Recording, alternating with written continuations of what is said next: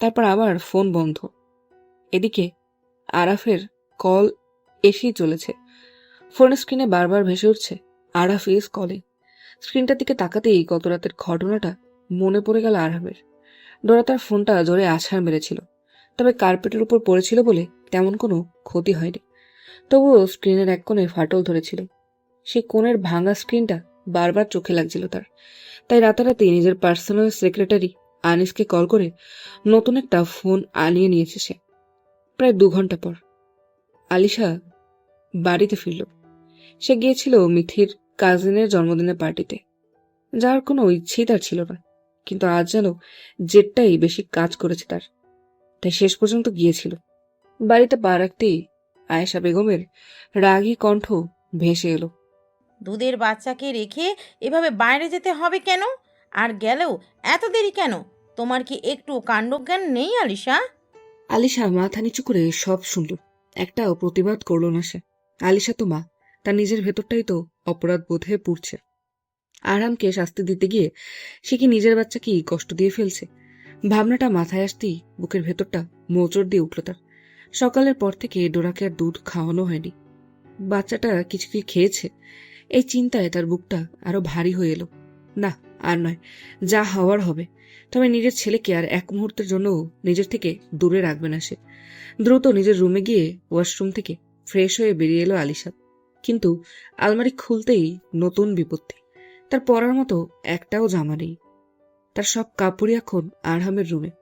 বাড়ি থেকে বের হওয়ার সময় যে ড্রেসটা খুলে গিয়েছিল সেটাও সম্ভবত মিনু রুম গোছাতে এসে ধোয়ার জন্য নিয়ে গেছে। আলিশা হতাশ হয়ে আলমারির ভেতর তাকিয়ে রইল। যা আছে সবই বিয়ের আগের কাপড়। এখন সেগুলোর একটাও গায়ে হবে না। না হওয়াটাই স্বাভাবিক। বিয়ে, তারপর প্রেগন্যান্সি, এই দীর্ঘ সময়ে তার শরীরে বেশ কিছু পরিবর্তন এসেছে। আগের মতো রোগা পাটকাঠি মেয়েটা আর নেই। শেষ পর্যন্ত উপায় না পেয়ে আলমারির এক কোণে ভাঁজ করে রাখা আরহামের একটা টি শার্ট বের করলো সে। টি শার্টটা গায়ে দিতেই হালকা একটা দীর্ঘশ্বাস বেরিয়ে এলো। এটা অনেক পুরনো টি শার্ট, তাদের সেই অনাকাঙ্ক্ষিত বিয়ের পর সবার থেকে লুকিয়ে আরহাম যখন গভীর রাতে চুপি চুপি তার রুমে আসতো, এটা তখনকার টি শার্ট। আরহামের এমন আরো কয়েকটা পুরনো কাপড় আজও তার আলমারিতে রাখা আছে। আলিশা সব যত্ন করে রেখে দিয়েছে, কিছুই ফেলেনি সে। থাক না কিছু জিনিস স্মৃতি হয়ে। আলিশা ধীর পায়ে আরহামের রুমে প্রবেশ করল। ডোরা নিশ্চিন্তে ঘুমিয়ে আছে বাবার বুকের উপর। আর আরহাম, সে মাথাটা বেডের হেডবোর্ডে ঠেকিয়ে চোখের উপর হাত রেখে নিশ্চুপ বসে আছে। রেগে আছে নাকি শান্ত কিছুই বোঝা যাচ্ছে না। দরজা খোলার শব্দে আরহাম হাত সরিয়ে তাকালো। দেখলো আলিশা এসেছে, তবে কোনো প্রতিক্রিয়া সে দেখায়নি। আলিশা ধীরে ধীরে এগিয়ে এসে ডোরাকে কোলে নিতে হাত বাড়াতেই আরহাম খপ করে তার হাত চেপে ধরে বাধা দিল।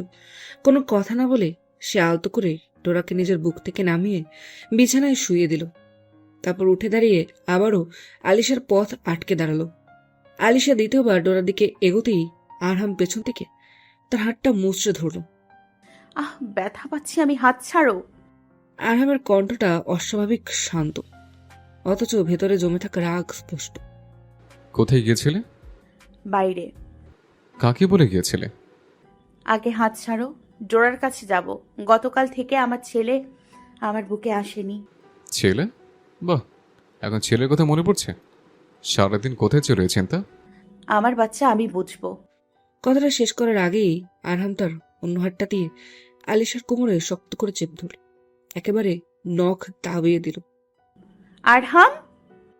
ব্যথায় আলিশা কেঁপে উঠতেই আরহাম হাতের চাপ আরো বৃদ্ধি করল। চুপ, একদম চুপ। আগে বল, কোথায় গিয়েছিলে? তোমাকে বলা প্রয়োজন মনে করি না। তাহলে কাকে বলার প্রয়োজন মনে করিস? সেটা বলতে আমি বাধ্য নই। অবশ্যই বাধ্য।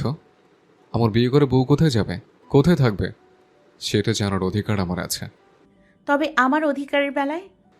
তোর কোনো অধিকার অপূর্ণ রেখেছি আমি? যা চাস তা চাওয়ার আগে এনে দে। যেভাবে আবদার করিস সেভাবেই পূরণ করে। আমি সেসবের কথা বলছি না। আরহাম দাঁতে দাঁত চেপে আলিশার চোয়াল ধরে বলল, তোর কিসের অধিকার? সব অধিকার তোকে দিয়েছি আমি। তুই কি কোনোভাবে ফিজিক্যাল সেটা হলেও তোকে বিছানার চোখে রেখেছি আমি। নাকি তোর কম পড়েছে? কম পড়লে বল, পুষিয়ে দিচ্ছে। আয়। আরাম, সর্বশক্তি দিয়ে আরহামের বুকের উপর ধাক্কা দিল আলিশা। Mind your language. আমার সঙ্গে এভাবে কথা বলার সাহস কিভাবে পাও তুমি? আরহামও নিজের রাগ চেপে রাখতে পারল না। যেভাবে তুই আজ আমাকে না বলে বের হয়েছিস, ঠিক সেভাবে তোর একবার কলিজা কাঁপলো না? দুধের বাচ্চাটাকে রেখে আমাকে কিছু না জানিয়ে বের হতে? আমার বাচ্চার খেয়াল আমার আছে। তাই? তাহলে সারাদিন কোথায় ছিলি? আমার ছেলে দুধের জন্য কেঁদেছে। কেন কাঁদবে ও? আমার ছেলেকে নিয়ে এক ফোঁটা অবহেলা আমি সহ্য করবো না আলিশা। আলিশার চোখে রাগ আর কষ্ট একসাথে ভেসে উঠল। ওর দায়িত্ব কি শুধু আমার, তোমার নেই? আছে বলেই তো ওকে ফেলে কোথাও যায়নি। তুমি ইচ্ছে আলিশার কথা শেষ হওয়ার আগেই আরহাম আবারও একই প্রশ্ন করল। কোথায় গিয়েছিলে? বলেছি তো, তোমাকে বলতে আমি বাধ্য নই। আলিশা। তোমার বেলায় সবকিছুর নাম অধিকার, আর আমার বেলায় শুধু আবদার আর ফিজিক্যাল নিডস, তাই তো? কথাটা বলেই এক মুহূর্ত থামল সে, তারপর আবারও বলল, তুমি কোথাও গেলে আমাকে বলার প্রয়োজন মনে করো না। জিজ্ঞেস করলে বলো, তোর না জানলেও হবে। কোনো সিদ্ধান্ত নেওয়ার আগে একবারও জানাও না, নিজের ইচ্ছে মতো চলতে পারো। অথচ আমি একবার একই কাজ করলেই সেটা দোষ হয়ে যায়। আরহাম নিশ্চুপ। আলিশা ভেজা চোখে তার দিকে তাকিয়ে আবার বলল, তুমি যে অধিকার আমার উপরে খাটাও, সেই একই অধিকার আমাকে কেন দাওনি? তোমার বাচ্চাকে কয়েক ঘন্টার জন্য রেখে বাইরে গিয়েছি বলেই আমি অবহেলা করেছি, আর তুমি মাঝরাতে বাইরে থেকে ফিরলেও প্রশ্ন করলে বলো, তোর না জানলেও হবে। এটাই তোমার দেওয়া অধিকার? শেষ কথাটা বলতে বলতেই কেঁদে উঠল আলিশা। এতদিনে জমে থাকা অভিমান, কষ্ট সব যেন একসঙ্গে বাঁধ ভেঙে বেরিয়ে এলো। আরহাম নির্বাক হয়ে দাঁড়িয়ে আছে। আলিশার প্রতিটি কথাই যেন তীরের মতো এসে বিচ্ছে তার বুকে। আলিশা কোনো মিথ্যে বলেনি, বরং এতদিন সে নিজেই বুঝতে পারেনি নিজের অজান্তেই এতটা একপাক্ষিক হয়ে উঠেছিল আরহাম। আর আলিশা কখনো এভাবে নিজের ভেতরের কথাগুলো খুলে বলেনি। অপরাধ বোধ চেপে ধরল তাকে। সে ধীরে ধীরে কান্নারত আলিশার দিকে এক পা বাড়ালো, কিন্তু আলিশা হাত তুলে তাকে থামিয়ে দিয়েছে। প্লিজ আমাকে একটু সময় দাও, কিছুক্ষণ একা থাকতে চাই। আরহাম আর এক পাও এগোলো না। সে বুঝল এই মুহূর্তে কোনো ব্যাখ্যা কিংবা কোনো যুক্তি পরিস্থিতিকে স্বাভাবিক করবে না, বরং কথা বললে এখন তা আরো বাড়বে। আরহাম নিঃশব্দে একবার ঘুমন্ত ডোরার দিকে তাকালো, তারপর খুব ধীরে আলিশার মাথায় আলতো করে হাত বুলিয়ে বেরিয়ে গেল কামরা থেকে। সে রাতে কাঁদতে কাঁদতেই ডোরাকে বুকের সঙ্গে শক্ত করে জড়িয়ে ঘুমিয়ে পড়েছে আলিশা। অন্যদিকে আরহাম বসে আছে আরাফের বাসায়। একের পর এক ওয়াইন গ্লাস খালি করে যাচ্ছে সে, কিন্তু নেশার চেয়েও বেশি তাকে গ্রাস করেছে অপরাধ বোধ। বারবার কানে ভেসে আসছে আলিশার বলা কথাগুলো। তুমি যে অধিকার আমার উপর খাটাও, সেই একই অধিকার আমায় কেন দাওনি? প্রতিটি শব্দ যেন তার বুকের ভেতর ধারালো ছুরির মতো বিচ্ছে। সে এতদিন কেন বিষয়গুলো এভাবে দেখেনি? ডোরাকে মাত্র একটা দিন সামলাতেই তার হিমশিম খেতে হয়েছে, অথচ আলিশা দিনের পর দিন, মাসের পর মাস বিন্দুমাত্র অভিযোগ না করে সবকিছু সামলে এসেছে। আরহাম যতটুকু সম্ভব সময় দেওয়ার চেষ্টা করেছে, তবে কিন্তু উঠতি বয়সী আরহামের চার দেয়ালের ভেতর যেন মন টিকত না। অপরাধ বোধে নিজের চুল নিজের হাতেই খামচে ধরল আরহাম। পাশ থেকে আরহাব তার কাঁধে হাত রেখে শান্ত গলায় বলল, আমি তো আগেই সাবধান করেছিলাম বন্ধু। সেই দিন যদি আমার কথাটা শুনতিস তাহলে আজকে ব্যাপারটা এত দূর গড়াতো না। কিন্তু আরহাম যেন কিছুই শুনছে না। সে নির্বিকার ভঙ্গিতে আবারও গ্লাসে ওয়াইন ঢেলে এক নিঃশ্বাসে শেষ করে দিল। এবার আরহাব আর বসে থাকতে পারল না। দ্রুত গ্লাসটা তার হাত থেকে কেড়ে নিয়ে শুধালো, পাগল হয়ে গেছিস নাকি? প্রায় এক বোতল শেষ করে ফেলেছিস, আর এক ফোঁটাও খাবি না। এতে সমস্যার সমাধান হবে না, উল্টো তোরই ক্ষতি হবে। আরহাম অসহায় দৃষ্টিতে আরাফের দিকে তাকালো। আজ বাধা দিস না আরাফ, আমার একটু শান্তি দরকার। লিসার কান্না ভেজা মুখটা আমাকে শান্তি দিচ্ছে না। প্রিয় মানুষটার নাম অন্য একজন পুরুষের মুখে শুনে আরাফের বুকের ভেতরটা হালকা মোচড় দিয়ে উঠল। একসময় সেই নামটা নিজের জীবনের সঙ্গে জুড়ে দেখার স্বপ্ন দেখেছিল সে, কিন্তু পর মুহূর্তে নিজেকে সামনে নিল আরাফ। কারণ যে মানুষটা আজ সেই নাম উচ্চারণ করছে সে আলিশার স্বামী, তার জীবনের চেয়েও প্রিয় বন্ধু। কিছুক্ষণ নীরব থেকে আরাফ বলল, মাফ চেয়ে নে। মাফ করবে আমায়? মানুষ মাত্রই ভুল, চেষ্টা করে দেখ। আরহাম আর কোনো জবাব দিল না। মদের নেশা আর মানসিক ক্লান্তি মিলেমিশে তাকে সম্পূর্ণ অবসন্ন করে ফেলল। তার মাথাটা ধীরে ধীরে আরাফের কাঁধে হেলে পড়ল। আরাফ দীর্ঘশ্বাস ফেলে তাকে সামনে নিল। পরদিন সকালে ঘুম ভাঙতেই আলিশার মনে হলো চারপাশটা যেন অদ্ভুত এক স্নিগ্ধ ফুলের সুবাসে ভরে আছে। সুবাসটা এতটাই মিষ্টি যে কিছুক্ষণ চোখ বন্ধ করেই সে সেই ঘ্রাণ অনুভব করতে লাগলো। ধীরে ধীরে আড়মোড়া ভেঙে উঠে বসল সে। চারপাশে চোখ বোলাতেই বিস্ময়ে তার চোখ জোড়া বড় হয়ে এলো। এ কি, যেদিকে তাকায় সেদিকেই শুধু ফুল আর ফুল। পুরো রুমটাই যেন রঙিন ফুলের সাজে নতুন করে সেজে উঠেছে। পাশে তাকাতেই দেখতে পেল ডোরা বিছানায় নেই। আলিশা বিছানা থেকে নামার জন্য পা বাড়াতেই আরও একবার অবাক হলো। মেঝে জুড়ে সারি সারি ফুলের পাপড়ি বেছানো, যেন সেগুলোকেই তাকে কোথাও নিয়ে যেতে পথ দেখাচ্ছে। সবকিছু যেন তার কাছে স্বপ্নের মতো লাগছে। আলিশার অজান্তেই তার ঠোঁটের কোণে এক চিলতে হাসির রেখা দেখা গেল। ফ্রেশ হওয়ার জন্য কাপড় নিতে ড্রেসিং রুম ঢুকতেই আর এক দফা চমকে উঠল সে। ড্রেসিং রুমের বিশাল আয়না জুড়ে বড় বড় অক্ষরে অসংখ্য সরি লেখা। তার চারপাশে সাঁটানো রয়েছে ছোট ছোট কয়েকটা রঙিন নোট। কৌতূহল নিয়ে আলিশা একে একে নোটগুলো খুলে পড়তে শুরু করল। নোট 1। আমার মিনি কন্টারের মাম্মাকে তার পাপার পক্ষ থেকে অনেকগুলো সরি। নোট 2। এই অধমটাকে কি একটুখানি মাফ করা যায়? নোট 3। সরি অ্যাকসেপ্ট না করলে কিন্তু ডোরার বাবা অনেক রাগ করবে, সঙ্গে ডোরাও। এই যে আমার ফুলটুসি বউ, মুচকি মুচকি না হেসে তাড়াতাড়ি তৈরি হয়ে ছাদে চলে আসুন। Once again I am really sorry. একটার পর একটা নোট পড়তে পড়তে আলিশার ঠোঁটের কোণের হাসিটা আরো গাঢ় হলো। গন্ডারটা যে প্রাণপণে চেষ্টা করছে তাকে মানানোর, সেটা বুঝতে আর বাকি রইল না। তবুও এত সহজে কি তাকে ক্ষমা করা যায়? একটু শাস্তি তো গন্ডারের প্রাপ্য আছেই। এই ভেবে নোটগুলো বুকের সঙ্গে জড়িয়ে ধরে আবারও মুচকি হেসে ফেলল আলিশা। আরাম সেই সকাল থেকে ভীষণ ব্যস্ত। তবে এবারের ব্যস্ততা তার পেশা, শুটিং কিংবা নিজের কাজ নিয়ে নয়, বরং আলিশার রাগ ভাঙানোর ক্ষুদ্র এক প্রচেষ্টা নিয়ে। ভোরবেলা হুঁশ ফিরতেই আরাফের বাসাতেই শাওয়ার নিয়ে ফ্রেশ হয়ে নিয়েছিল সে। এরপর টানা 2 ঘন্টা ধরে শুধু আলিশাকে নিয়ে পরিকল্পনা করেছে। আলিশার সবসময় একটা অভিযোগ ছিল, এত বড় গায়ক হয়েও কেন আরহাম কখনো তার জন্য একটাও গান লেখেনি। এই বিষয়টা নিয়ে তাদের কত মান অভিমানী না হয়েছে। প্রতিবারই আরহাম একই কথা বলতো, তোর কথা চিন্তা করে বলেই তো তোর জন্য গান লিখি না। এই, আমাকে নিয়ে আবার কিসের চিন্তা? আরহাম গম্ভীর হওয়ার ভান করে বলতো, এই যে আমার আদরের ভুটকির জন্য একটা গান লিখবো, তারপর সেটা গিয়ে শোনাবো। এতে তো তুই আরো ফুলে যাবি। তারপর তারপর তারপর তারপর যদি তুই বেরোনের মতো ফেটে যাস, তখন আমি আর ডোরা কে নিয়ে থাকবো। তাই তোর ভালোর জন্য আমি তোর জন্য গান লিখি না। গন্ডার! পুরনো সেই কথোপকথন মনে পড়তেই আরহাম আপন মনেই হেসে ফেলল।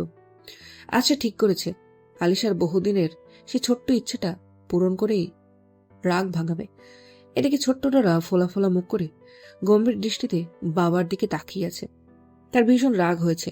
এত সকালে বাবা কেন তাকে মায়ের বুক থেকে টেনে নিয়ে এসেছে? তার এত স্বাদের ঘুমটা নষ্ট হওয়ার কারণে ক্ষণে ক্ষণে সে নিজের বিরক্তি প্রকাশ করছে।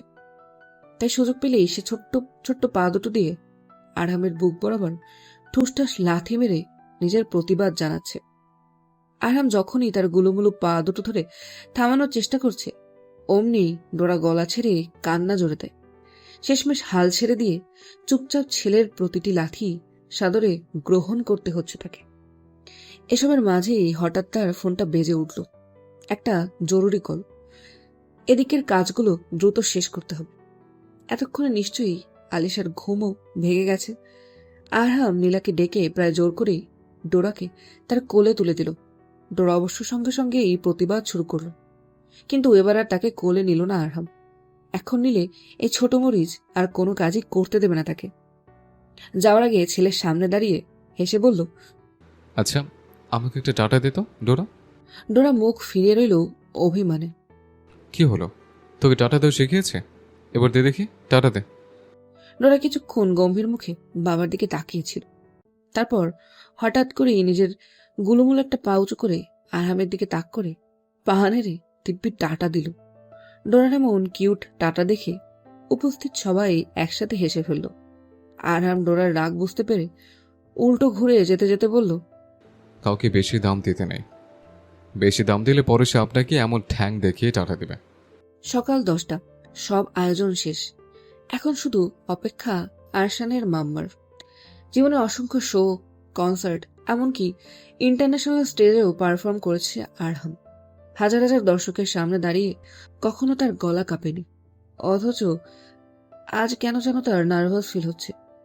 তার ছোট মরিচের মায়ের রাগ কি ভাঙবে? খানবাড়ির বিশাল ছাদটা এমনিতেই চোখ জুড়ানো সুন্দর, কিন্তু আরহাম আজ সেটাকে যেন এক টুকরো রূপকথার রাজ্যে পরিণত করেছে। চারপাশ জুড়ে আলিশার প্রিয় রজনীগন্ধার শাড়ি, তাদের মিষ্টি সুবাসে পুরো পরিবেশটা মোহময় হয়ে উঠেছে। ছাদের কাচের রিট্রাক্টেবল রুফটা টেনে বন্ধ করে দেওয়া হয়েছে, ফলে বাইরের দিনের আলো প্রায় ঢুকতেই পারছে না। কাচের নিচে চারদিকে ঝুলছে অসংখ্য ফেয়ারি লাইট। উষ্ণ সোনালী আলোয় পুরো ছাদটা যেন সুন্দর আবহ ধারণ করেছে। আলো, ফুল আর হালকা বাতাসের মিশেলে জায়গাটা এতটাই অপার্থিব লাগছে যে এক মুহূর্তের জন্য বিশ্বাসই হয় না যে বাইরে এখন দিনের বেলা, ছাদে এখন সকলেই উপস্থিত। আরহামের বন্ধুদের পাশাপাশি আলিশার বেস্ট ফ্রেন্ড দিহান আর মিথিও এসেছে। এদিকে নীলা আলিশার চোখে নরম কাপড় বেঁধে ধীরে ধীরে তাকে ছাদে নিয়ে আসছে। ছাদে পা রাখতেই চারদিকের হালকা শব্দ তার কানে এসে ঠেকছে। ঠিক তখনই তার কানে ভেসে উঠল আরহামের তোলা গিটারের প্রথম সুর। নীলা আলতো করে আলিশার চোখের বাঁধন খুলে দিয়েছে। চোখ খুলেই কয়েক সেকেন্ড স্থির হয়ে গেল আলিশা। বিস্ময়ে তার চোখ দুটো ছানা বড় হয়ে গেছে। এসব কি? কখন করেছে? কই, সে তো কিছুই টের পায়নি। ভাবনার মাঝেই তার দৃষ্টি গিয়ে থামল সামনে দাঁড়িয়ে থাকা আরহামের উপর। আলিশার সঙ্গে চোখাচোখি হতেই আরহাম মাইক্রোফোনটা হাতে নিয়ে চিল্লিয়ে বলল, this one is for my Mrs. কথাটা শুনে চারদিকে থেকে শীষ, হাততালি আর উল্লাসে ফেটে পড়ল সবাই। আরহাম চোখ সরাল না আলিশার দিক থেকে। তারপর ধীরে ধীরে গিটারের তারে আঙুল ছুঁয়ে শুরু করল আলিশার জন্য লেখা তার নিজস্ব গান। গান শেষ হওয়ার সঙ্গে সঙ্গে চারদিক করতালিতে মুখর হয়ে উঠল। আর আলিশা, সে এখনো একই জায়গায় দাঁড়িয়ে আছে। তার চোখের কোণে চিকচিক করছে অশ্রু। আরহাম ধীরে ধীরে নীলার কোলে থাকা ডোরাকে নিজের কোলে তুলে নিল। তারপর অন্য হাতে একগুচ্ছ রজনীগন্ধা নিয়ে সবার সামনে আলিশার কাছে এসে হাঁটু ঘিরে বসল। আমার ভোটকি, আমার ছোট মরিচের ধানি লঙ্কা মাম্মা, এক গন্ডারের সুন্দরী বউ, এই অধমটাকে কি একটুখানি মাফ করা যায়? 2 মাস পর, এই 2 মাসে সময় যেন নিজের গতিতে অনেক কিছুই বদলে দিয়েছে। ছোট্ট ডোরা দেখতে দেখতে 19 মাসে পা দিয়েছে। টলমল পায়ে হাঁটতে শিখেছে, যদিও মাঝে মাঝে হামাগুড়ি দিয়েই চলাফেরা করতে বেশি স্বাচ্ছন্দ্য বোধ করে সে। আধো আধো বুলি, নিষ্পাপ হাসি আর অবুঝ কাণ্ড কারখানায় মুহূর্তেই সবার মন জয় করে নিতে পারে। গোলগাল মুখ, টুকটুকে গাল আর সারাক্ষণ দুষ্টুমিতে ভরা চোখচোরা। যেই একবার তাকে দেখবে সে যেন আদর না করেই থাকতে পারবে না। তবে বয়সের সঙ্গে সঙ্গে তার দুষ্টুমির মাত্রাও যেন পাল্লা দিয়ে ভারী হয়ে উঠেছে। আজ যেমন আলিশার চোখ এড়িয়ে তার পছন্দের লিপস্টিক হাতে পেয়ে পুরো রুমের দেয়ালকে নিজের আঁকার খাতা বানিয়ে ফেলেছে। দেয়াল জুড়ে লালচে আঁকিবুকি দেখে আলিশার মুখের অবস্থা এমন হয়েছে যেন এখনই জ্ঞান হারিয়ে মাটিতে লুটিয়ে পড়বে। মায়ের ধমক খাওয়ার পর অবশ্য বেশিক্ষণ অপরাধবোধ টেকেনি ডোরার। ঠোঁট ফুলে গিয়ে বাবার বুকে মুখ গুজেছিল সে, কিন্তু সেখানেও শান্তি নেই। আরহামের কোলে বসে থেকে তারই বুকে মুখ গুজে দুধ খাবার চেষ্টা শুরু করেছে সে। আকস্মিক এমন আক্রমণে আরহাম এমনভাবে চমকে উঠেছিল যে সে নিজেকে সামলাতে না পেরে ধপাস করে বিছানা থেকে নিচে পড়ে গিয়েছে। হঠাৎ নিচে পড়ায় আরহাম নিজের পশ্চাৎ দেশে বেশ ভালোই আঘাত পেয়েছে। ব্যথায় কুকড়ে গিয়ে নিজের পশ্চাৎ দেশে হাত বোলাতে থাকা আরহামকে গভীর মনোযোগে কিছুক্ষণ পর্যবেক্ষণ করলো ডোরা। তার মনে হচ্ছে বাবার শিশি পেয়েছে, কিন্তু তার মতো ডাইপার না থাকায় তা করতে পারছে না। তাই সে দৌড়ে গিয়ে নিজের একটা ডাইপার হাতে ফিরে এলো। মায়া মায়া চোখ করে নিজের গুলোমুলো দু হাতে সেটি আরহামের দিকে বাড়িয়ে দিয়ে নিষ্পাপ গলায় বলল, বাবা, এটা বলো, কি করলো? ছেলের আদরে গলায় এমন বেয়াদবি সহ্য হলো না আরহামের। সে কিনা এই বয়সে এসে শিশি করার জন্য ডাইপার পরবে, বলে কি এই ছোট্ট মরিচ। রাগে কিরমির করতে করতে আরহাম এবার ডোলাকে কোড়ে তুলে নিয়ে ছোট্ট পশ্চাৎ দেশেও আলতো করে এক থাপ্পড় বসিয়ে দিল। ব্যাস, সঙ্গে সঙ্গে শুরু হয়ে গেল ডোরার কান্না। আরহাম ছেলের কান্না থামানোর বদলে নিজেও নিজের ব্যথায় কথা স্মরণ করে প্রায় একে সুরে ডোরার সাথে তাল মিলিয়ে ভয়াবা শুরু করল। পর মুহূর্তেই ঘর জুড়ে বাপ ছেলের পায়ে পা লাগিয়ে চিৎকারের এক বিরল যুদ্ধ শুরু হলো। অন্যদিকে আলিশার ধ্যান অন্য জায়গায়। নিজের পছন্দের লিপস্টিক হারানোর দুঃখে সে এখন আরহামের পকেট থেকে টাকা ছিনতাই করার চেষ্টা চালাচ্ছে। মিনি গন্ডার নষ্ট করেছে, তাই আর উসুল সে এখন বড় গন্ডারের থেকেই করবে। এই তো, এভাবেই চলছে তাদের সংসার। আলিশা এখন প্রায় 18 বছর 8 মাসের তরুণী। বয়স বাড়লেও তার চঞ্চল স্বভাবের বিন্দুমাত্র পরিবর্তন হয়নি, বরং সময়ের সঙ্গে সঙ্গে তা যেন পাল্লা দিয়ে বেড়ে চলেছে। সংসার, ডোরা আর পড়াশোনা, তিন দিকেই সমানভাবে খেয়াল রাখার প্রচেষ্টা করে যাচ্ছে সে।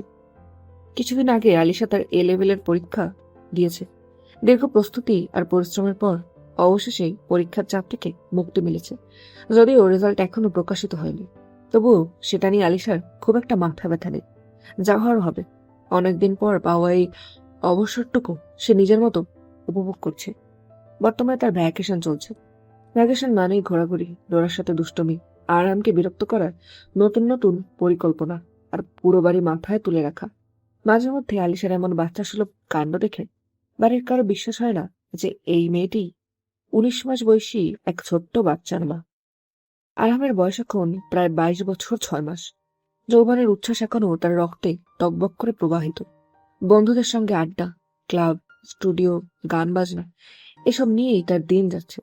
পড়াশোনার প্রতি তার আগ্রহ কোনো কালেই তেমন ছিল না। কোনো মতে পরীক্ষায় টেনে টুনে পাশ হয়ে বাড়িতে ইরাজ সাহেবের ঝাড়ি শুনে আবারও সে আগের মতো নিরুদ্যোগ জীবন ফিরে পায়। দায়িত্ববোধ শব্দটি যেন এখনো তার অভিধানে পুরোপুরি জায়গা করে নিতে পারে। তবে একটা পরিবর্তন এসেছে। আগে সামান্য বিষয়ে আলিশার উপর চিৎকার চেঁচামেচি করলেও এখন সে নিজেকে অনেকটাই সংযত করেছে। রাগ কমেছে, ধৈর্য বেড়েছে। যদিও তার জীবন দর্শন এখনো একই, চিল অ্যান্ড কুল। মজার বিষয় হলো এই নিয়ে তাদের সংসারে কখনোই কোনো অশান্তি হয় না, কারণ দুজনেই সমান ফাজিল, সমান ফাঁকিবাজ। একজন কোনো কাণ্ড ঘটালে অন্যজন সেটি সামাল দেওয়ার জন্য আগে থেকেই প্রস্তুত।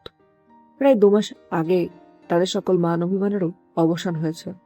সেদিন আলিশা শেষ পর্যন্ত আরহামকে ক্ষমা করে দিয়েছিল। সেই সঙ্গে ফিরে এসেছিল তাদের বহুদিনের সাপে নেউলের সম্পর্ক, যেখানে ঘন্টায় ঘন্টায় ঝগড়া হয়, একে অপরকে জ্বালানো হয়, আবার দিন শেষে একজনের আরেকজনকে ছাড়া চলেও না। আরহাম আলিশা কখনোই সংসারকে শুধু দায়িত্ব হিসেবে দেখেন, বরং নিজেদের মতো করে অগোছালোভাবে সংসারটাকে গুছিয়ে নেওয়ার চেষ্টা করেছে, যেখানে নেই কোনো নিয়মের বেড়িবাঁধ, নেই কোনো সীমা। সংসারে তারা হাজব্যান্ড ওয়াইফ হলেও ভাইবে তারা ফুল টাইম ক্রাইম পার্টনার। যেমন কিছুদিন আগেই কাহাপের জন্মদিনের পার্টি থেকে রাত 3টের দিকে টলতে টলতে বাড়ি ফিরেছিল আরহাম। ড্রিঙ্ক করার কোনো ইচ্ছে ছিল না তার, কিন্তু বন্ধুদের জোরাজোরিতে একটু করতে গিয়ে কখন যে বেশি হয়ে গেল তা সে নিজেই বুঝে উঠতে পারেনি। হুঁশ ফিরতেই তার প্রথমে মাথায় এলো, ইরাজ সাহেব যদি তাকে এই অবস্থায় দেখেন তবে আজ আর বাড়িতে ঢোকা হবে না। শেষ পর্যন্ত সেই বিপদ থেকে তাকে উদ্ধার করেছিল আলিশাই। রাত 3টায় সবাইকে ফাঁকি দিয়ে চোরের মতো আরহামকে চুপি চুপি ঘরে ঢুকিয়েছিল সে। এত বড় উপকার করে সুযোগের সদ্ব্যবহার না করলে কি আর আলিশার হয়? শাস্তিস্বরূপ টানা 10 মিনিট আরহামকে মোড়ক বানিয়ে রেখেছে। শুধু তাই নয়, পুরো ঘটনার ছবি তুলে সেগুলোকে ভবিষ্যতের ব্ল্যাকমেইলের অস্ত্র বানিয়ে মোটা অঙ্কের টাকা হাতিয়ে নিয়েছে সে আরহামের থেকে। অবশ্য প্রতিশোধ নিতে আরহামেরও খুব বেশি দেরি হয়নি। একদিন আলিশা কলেজ ফাঁকি দিয়ে ফ্রেন্ডের সঙ্গে ঘুরতে বেরিয়েছিল। বাড়ির ড্রাইভার রাশেদ কাকা বিষয়টা বাড়িতে জানাতে গেলে আরহাম তাকে কড়া ধমক দিয়ে সঙ্গে সামান্য ঘুষ ধরিয়ে দিয়ে মুখ বন্ধ করিয়ে দেয়। বিনিময়ে পুরো হিসেব মেটাতে আলিশাকেও 10 মিনিট মুরগি বানিয়ে রেখেছিল। এছাড়া পরিবারের সবার সামনে তাকে নাগিন ডান্স করিয়ে তবে শান্ত হয়েছিল আরহাম নামক আলিশার গন্ডা। সেই ঘটনা নিয়েও কয়েকদিন ধরে চলেছে এক দফা ঠান্ডা যুদ্ধ, খুনসুটি আর প্রতিশোধের পালা। সব মিলিয়ে তারা দুজন যেন একে অপরের জীবনের সবচেয়ে বিশ্বস্ত ক্রাইম পার্টনার। আর এখন সেই দলে নতুন সদস্য হিসেবে যোগ দিয়েছে তাদের 19 মাস বয়সী ছোট্ট ডোরা। সময়ের সঙ্গে অনেক কিছুই বদলে গেছে, কিন্তু বদলায়নি নীলা আর আরশাদের জীবনের অপূর্ণতা। সন্তানহীনতার সেই দীর্ঘশ্বাস আজও নীরবে তাদের দুজনকে গ্রাস করে চলেছে। গত কয়েকদিনে আরশাদ একাধিকবার সন্তান দত্তক নেওয়ার কথা বলেছে নীলাকে, কিন্তু নীলা প্রতিবারই সে প্রস্তাব ফিরিয়ে দিয়েছে। তার একটাই কথা, সে নিজের সন্তান চায়, নিজের রক্তের সন্তান। অন্যের সন্তানকে ভালোবাসা যায়, মানুষও করা যায়, কিন্তু নিজের মাতৃত্বের অনুভূতির সঙ্গে সে কোনো কিছুরই তুলনা করতে পারে না। এই ভিন্ন মতের কারণেই গত কয়েকদিন ধরে তাদের মধ্যে এক অদৃশ্য দূরত্ব তৈরি হয়েছে। বড় কোনো ঝগড়া নেই, তবুও নীরব অভিমান যেন দুজনের মাঝখানে অদেখা এক দেয়াল তুলে দিয়েছে। অন্যদিকে আয়েশা ও শাইনা এখনো আগের মতোই নিষ্ঠার সঙ্গে সংসারের দায়িত্ব সামলে যাচ্ছেন। তবে ধীরে ধীরে সেই দায়িত্বের একটা অংশ নীলা ও আলিশার হাতে তুলে দিতে শুরু করেছেন তারা। কারণ এখন তারা শুধু এই বাড়ির মেয়ে নয়, এই বাড়ির 2 পুত্রবধূ। আগামী দিনের এই সংসার, এই বংশ, সবকিছুর দায়িত্ব একদিন তাদের কাঁধেই এসে পড়বে। এই পরামর্শটা মূলত দিয়েছিলেন মেহরোজা আক্তার। জীবনের এই শেষ বয়সে এসে তার চাওয়াগুলো খুব বেশি নয়। তিনি শুধু দেখতে চান তার নাতনিরা যেন নিজেদের সংসার সুন্দরভাবে গুছিয়ে নিতে শেখে। জীবনে যা চেয়েছেন তা প্রায় সবই পেয়েছেন। একটি পরিপূর্ণ ভালোবাসায় ভরা পরিবার। এখন শুধু একটা অপূর্ণ ইচ্ছে রয়ে গেছে, নীলা আর আশাদের কোলজুড়ে একটা সন্তান। সেই স্বপ্ন পূরণ হতে দেখলে তিনি নিশ্চিন্তে জীবনের শেষ অধ্যায়ে পৌঁছতে চায়। তার আগে পরিবারের প্রতিটি মানুষকে তিনি নিজের জায়গায় গুছিয়ে দিতে চান। বাড়ির 2 বউ যেহেতু আপাতত ফ্রি আছে, তাই আয়েশা ও শাইনা সুযোগটা কাজে লাগিয়েছেন। ধীরে ধীরে সংসারের ছোট বড় সব দায়িত্ব তাদের হাতে তুলে দিয়ে শেখাতে শুরু করেছেন। অবশ্য নীলা একেবারে অনভিজ্ঞ নয়। ইতালিতে প্রায় 2 বছর আরশাদকে নিয়ে আলাদা সংসার করার অভিজ্ঞতা রয়েছে তার, তাই রান্নাবান্না থেকে শুরু করে ঘর সামলানো টুকটাক সবই পারে সে। তবে অভিজ্ঞতার দক্ষতার দিক থেকে এখনো মায়েদের মতো পারদর্শী হয়ে উঠতে পারেনি।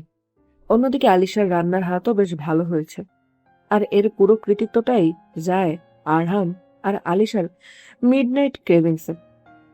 প্রায় মাঝরাতে যখন দুজনের একসঙ্গে ক্ষুধা পেত, তখন সবাই ঘুমিয়ে পড়লেও তারা চোরের মতো কিচেনে ঢুকে ইউটিউব দেখে নতুন নতুন রেসিপি বানানোর চেষ্টা করত। রান্নার চেয়ে কিচেন এলোমেলো করাতেই যেন তাদের দক্ষতা বেশি ছিল। পরদিন সকালে সেই অবস্থা দেখে আয়েশা বকাবকি করলেও তাদের দুজনের তাতে কোনো ভ্রুক্ষেপ ছিল না, বরং পরের রাতেই আবার নতুন কোনো এক্সপেরিমেন্ট নিয়ে হাজির হতো। সে অসংখ্য ব্যর্থ আর সফল এক্সপেরিমেন্টের জন্যই আজ তারা দুজনেই টুকটাক বেশ ভালো রান্না করতে পারে। আজ আয়েশা দায়িত্ব নিয়েছেন আলিশাকে গোল রুটি বানানো শেখানোর। রুটি পরোটা এসব বানাতে আলিশা এখনো তেমন পারদর্শী নয়, তাই আয়েশা ভেবেছেন শুরুটা না হয় সহজ কিছু দিয়েই করা যাক। রান্নাঘরে দাঁড়িয়ে ধৈর্য ধরে একে একে আলিশাকে সব বুঝিয়ে দিচ্ছেন তিনি। আর ছোট্ট ডোরা টলমলো পায়ে মায়ের পিছু পিছু ঘুরে বেড়াচ্ছে। সব বুঝিয়ে দিয়ে আয়েশা ডোরাকে কোলে নিতে গেলে ডোরা আসলো না। এখন ডোরার কোলে যাওয়ার কোনো ইচ্ছে নেই। তার মনোভাব এমন যেন সেও আজ মাম্মার সাথে রুটি বানানো শিখবে।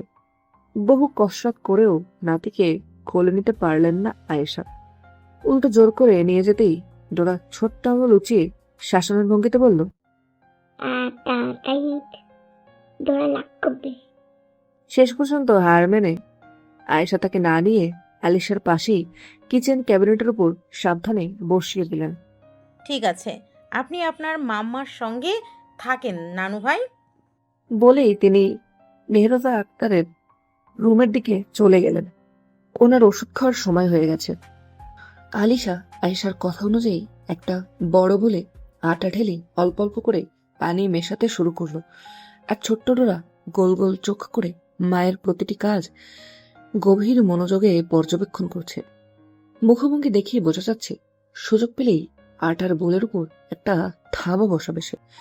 ছেলের মনোভাব বুঝতে পেরে আলিশা তাড়াতাড়ি আটার বোলটা নিজের দিকে সরিয়ে এনে কড়া গলায় বলল, দেখ, বড় গন্ডারের ছোট আন্ডা, আমি তোকে সাবধান করে দিচ্ছি, একদম এদিকে থাবা বসাবি না।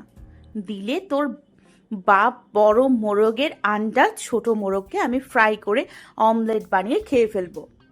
ডোরা বড় বড় চোখ করে মায়ের দিকে তাকিয়ে জিজ্ঞেস করলো, বলো দন্ডারের আন্ডা দুটো দন্ডার। আবার কপি করিস? ডোরা এবার আরো কৌতূহলী হয়ে বলল, ফ্রাই কলি খাই ফেলবে, খেয়ে ফেলবো। আমিও খাবো। তোর বাপের আন্ডা খাস। ডোরা সঙ্গে সঙ্গে নিষ্পাপ মুখে প্রশ্ন ছুড়ে দিল। বাবা, আন্ডা খাবো। ডোরার কথা শুনে আলিশের দম ফাটা হাসি পেল। ছেলের কথা বলার ডাবল মিনিং মাথায় আসতেই সে আর নিজেকে সামলাতে পারল না। হা হা করে হেসে উঠে ডোরার ফোলাফোলা গাল দুটোতে আলতো করে চেপে ধরে আদর করে দিল। আলিশা কোনো রকমে আটার ডো তৈরি করে ফেলেছে, কিন্তু ততক্ষণে ডোরা কয়েকবার সেই আটায় থাবা দেওয়ার ব্যর্থ চেষ্টা চালিয়েছে। আলিশা যতবারই বোলটা নিজের দিকে সরিয়ে নেয়, ততবারই ডোরা রাগান্বিত দৃষ্টিতে তার দিকে তাকিয়ে ছোট্ট আঙুল তুলে টাইট দিতে শুরু করে। আলিশা লবণ আনতে এক মুহূর্তের জন্য অন্যদিকে যেতেই ডোরা সুযোগ বুঝে বোলের ভিতর নিজের গুলুমুলু দুহাত ডুবিয়ে দিল। তারপর মনের সুখে আটা মাখামাখি শুরু করে দিয়েছে। লবণাতে ফিরে এসে ছেলের কাণ্ড দেখে আলিশা হতভম্ব। সে তাড়াতাড়ি বোলটা ছিনিয়ে নিতে যেতেই ডোরা গলা উঁচিয়ে কান্না জুড়ে দিল।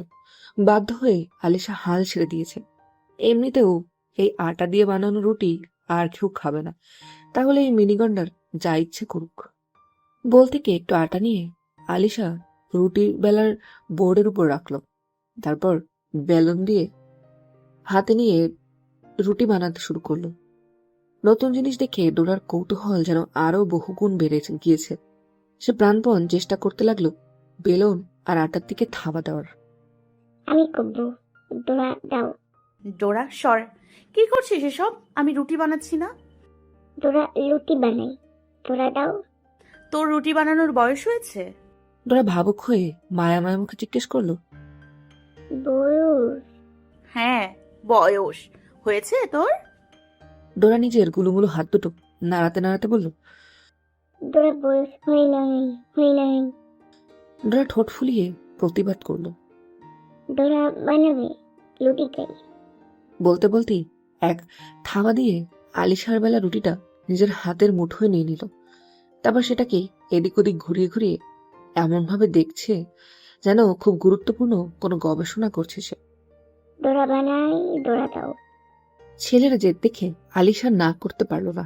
সে ডোরাকে তুলে রুটি বেলার বোর্ডের সামনে বসিয়ে দিল। নিজে ঠিক তার পেছনে দাঁড়ালো, যাতে ডোরা কোনোভাবে পড়ে না যায়। ডোরা বরাবরই খুব বুদ্ধিমান বাচ্চা। একবার কোনো কিছু দেখলেই সেটা প্রায় হুবহু করার চেষ্টা করে। সে নিজের ফোলা ফোলা গাল দুটো গম্ভীর করে এক মুঠো আটা হাতে নিল। তারপর মায়ের মতো করে সেটা বোর্ডের উপর রেখে বেলুন তুলতে গেলে সেটা আর নিতে পারল না, কেননা বড় বেলুনটা তার ছোট্ট হাতের তুলনায় বেশ ভারী। ছেলের ব্যর্থ চেষ্টা দেখে আলিশা পাশের ড্রয়ার থেকে একটা ছোট বেলুন বের করে দিল তাকে। সাধারণত এটা দিয়ে লুচি বেলা হয়। নিজের সাইজের বেলুন দেখে ডোরার খুশি আর দেখে কে। কুটি কুটি হেসে সে ছোট বেলুন হাতে নিয়ে রুটি বেলার কাছে নেমে পড়ল। একবার আটার উপর বেলুন চালাচ্ছে, পরক্ষণেই সেই আটা নিজের গায়ে মাখিয়ে ফেলছে। আবার একটু পরপর পেছনের দিকে আলিশার দিকে এক মুঠো আটার ডো বাড়িয়ে দিচ্ছে। এদিকে আরহাম মাত্রই বাড়ি ফিরেছে। সিটি তুলতে তুলতে সে লিভিং রুমের দিকে হেঁটে যাচ্ছে। মুখে তার প্রশস্ত হাসি। আজ তার নতুন একটা কন্ট্রাক্ট সাইনিং হয়েছে, তাই মনটা ভীষণ ফুরফুরে। ঘরের ভেতর ভেসে আসা সেই নির্লজ্জ সিটির শব্দ শুনেই আলিশা বুঝে গেল আরহাম ফিরেছে। কারণ এই বাড়িতে সে ছাড়া আর কেউই এমন সিটি বাজানোর মতো অসভ্যতা করে না। আলিশা কিচেন থেকেই তাকে ডাক দিল। নিজের রুমের দিকে পা বাড়ানো আরহামের জ্বলন্ত পদ্মযুগল থেমে গেল আলিশার ডাকে। সে পিছন ফিরে একবার কিচেনের দিকে তাকালো। আবারও সে একই ডাক ভেসে আসতেই সে দিক বদলে সোজা কিচেনের দিকে হাঁটা শুরু করলো। কিচেনে ঢুকেই আরহামের চোখ ছানা বড়া। এ কি, তার আদরের কিউট বদের হাড্ডি ছোট্ট মরিচকে দিয়ে কিনা লিসা রুটি বানাচ্ছে। সঙ্গে সঙ্গে সে কটমট করে আলিশার দিকে তাকিয়ে বলল, সুসভ্য নিজের ঘরে ভটকির ভটকি, আমার দুধের বাচ্চাকে দিয়ে কেন তুই রুটি বানাচ্ছিস? আমি করাচ্ছি নাকি? এই মিনি গন্ডার নিজে থেকেই করছে। আরহাম আর কোনো কথা না বলে ছেলের দিকে হাত বাড়িয়ে আদরে গলায় ডাকল, আরে আমার আন্ডাটা, আয় বাপ আয়, তোর বাপের কোলে আয়। বাবাকে দেখেই ডোরা হেসে কুটি কুটি, তারপর নিজের গুলুমুলু হাতে এক মুঠো আটা তুলে নিয়ে আরহামের দিকে ছুঁড়ে মারল। ফলস্বরূপ ডোরাকে কোলে নিতে এগিয়ে আসা আরহামের মুখের উপর গিয়ে সোজা আছড়ে পড়ল পুরো আটার স্তূপ। মুহূর্তেই তার মুখটা সাদা আটার আস্তরণে ঢেকে গেল। দেখে মনে হচ্ছে কেউ যেন তার পুরো মুখে ময়দা মেখে দিয়েছে। আর এই কাণ্ড ঘটিয়েই ডোরা যেন ভীষণ খুশি। কিছুই হয়নি এমন ভাব করে সে আবারও মনোযোগ দিয়ে নিজের গুলুমুলো হাত দিয়ে আঁকা বাঁকা রুটি বেলতে শুরু করলো।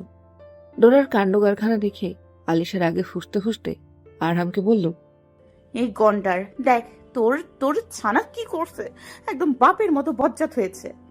আরহাম এক হাতে মুখের আটা ঝাড়তে ঝাড়তে প্রতিবাদ করলো, বাপ? এই, ওর বাপকে টানলি কেন? আমি আবার কি করলাম? তোর থেকেই শিখেছে এসব। হ্যাঁ, দুষ্টামি করলে আমার ছানা, আর কথা শুনলে তোর ছানা। যত দোষ আরহাম ঘোষ।